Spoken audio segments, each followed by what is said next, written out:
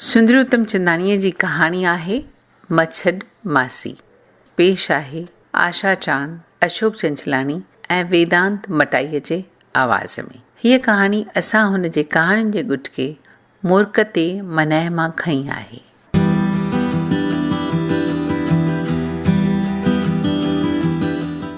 मासड़ तंहिं ॾिहाड़े ॿ बेदा वठी आयो।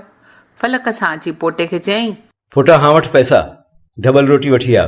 मासी फाटा टुटा डर कढी टोपो सॻो करण लाइ वेठी हुई। नक ते रखियल ऐनक ज़रा मथे चाढ़े मासड़ जे मुंहं में ॾिसी चयईं, सो नई जवानी आई अथई, बेदा डबल तो खाई।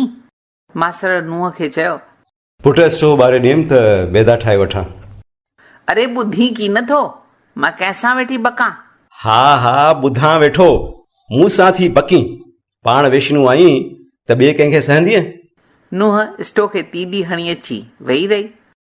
ओचितो मासी छिड़क भरे उथी रंधिणे ॾे हली, जिते मासड़ बेदा फोड़े प्लेट में खणी विधा हुआ। मासी चाउंठ वटि बीही चप ते आङुर रखी कुझु वक़्तु त बीठे ॾिठो, पोइ गरम थी चयईं, सो बेदा प्लेट में फोड़े विझबा आहिनि छा? हाँ, बसर बि बेदनि वारनि हथनि सां वढे, हाणे त कप बि बेदे हाणो थियो। अरे वरी चिमचो बि बेदे में विञायो अथई। ओझो लूण बि ख़राब कयो। मुठियसि, हाणे ॿाहिरि अच त नुहिणे पाणी बेदा ठाहे ॾेई। मासड़ तए ते गिहु विझी बेदा ओते छॾिया। मासीअ तिहां ई गरम थी चयो, हाणे त गिह जी देगड़ी बि पलीत कए न।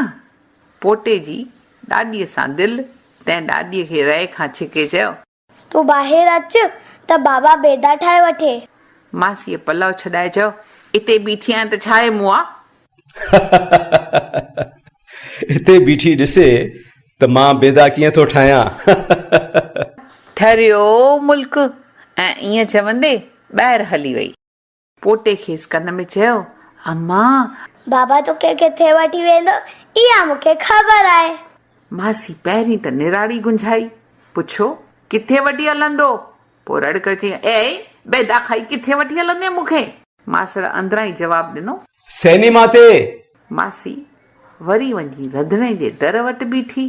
पोटे हिकु अखि बंदि करे टिपा ॾींदे चयो, ॾिठे न, मूंखे सभु ख़बर आहे। हल मूं आ। मासी रंधिणे में वञी पहुती। मासड़ हाणे डबरोटीअ सां बेदो खाई रहियो हो। चयईं, पुट सैनी मां टिकेटूं आणे ॾिनियूं आहिनि। पुट त ॼणियाई कोन, पोइ पुट छाजो थो चवी? भाणे जो चओ। पुट तो कान ॼणियो की न मूं त कोन चयो मां त रुगो धीअर ॼण।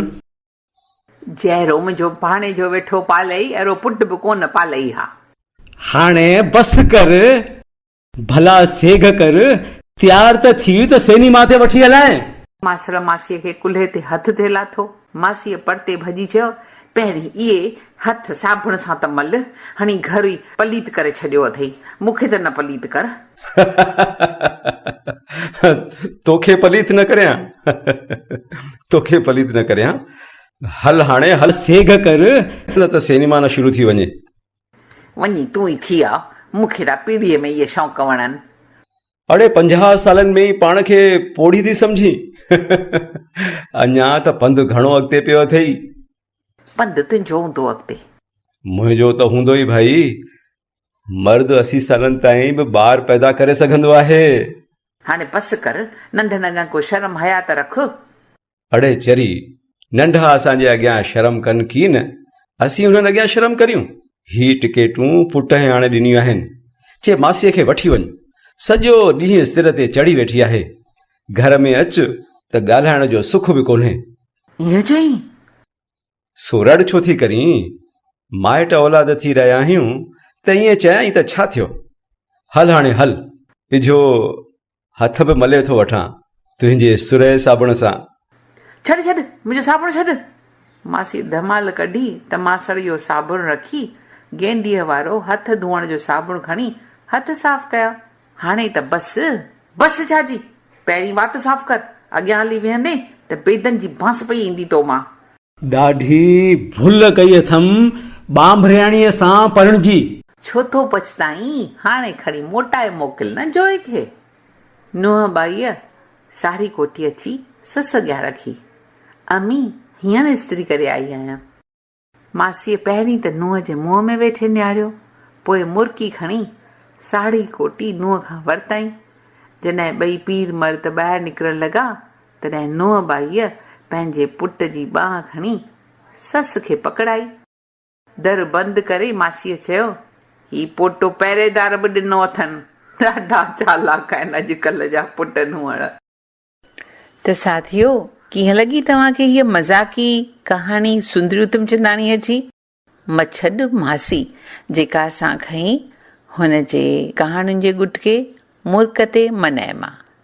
भाग वठंदड़ कलाकार हुआ आशा चांद, अशोक चंचलाणी ऐं नंढड़ो वेदांत मटाई। सुंदरी उतमचंदाणीअ जूं तई कहाणियूं, नॉविल, नाटक पढ़ी सघो था, आखाणियूं ॿुधी सघो था हुन जी वेबसाइट www.sundriuttam.com ते।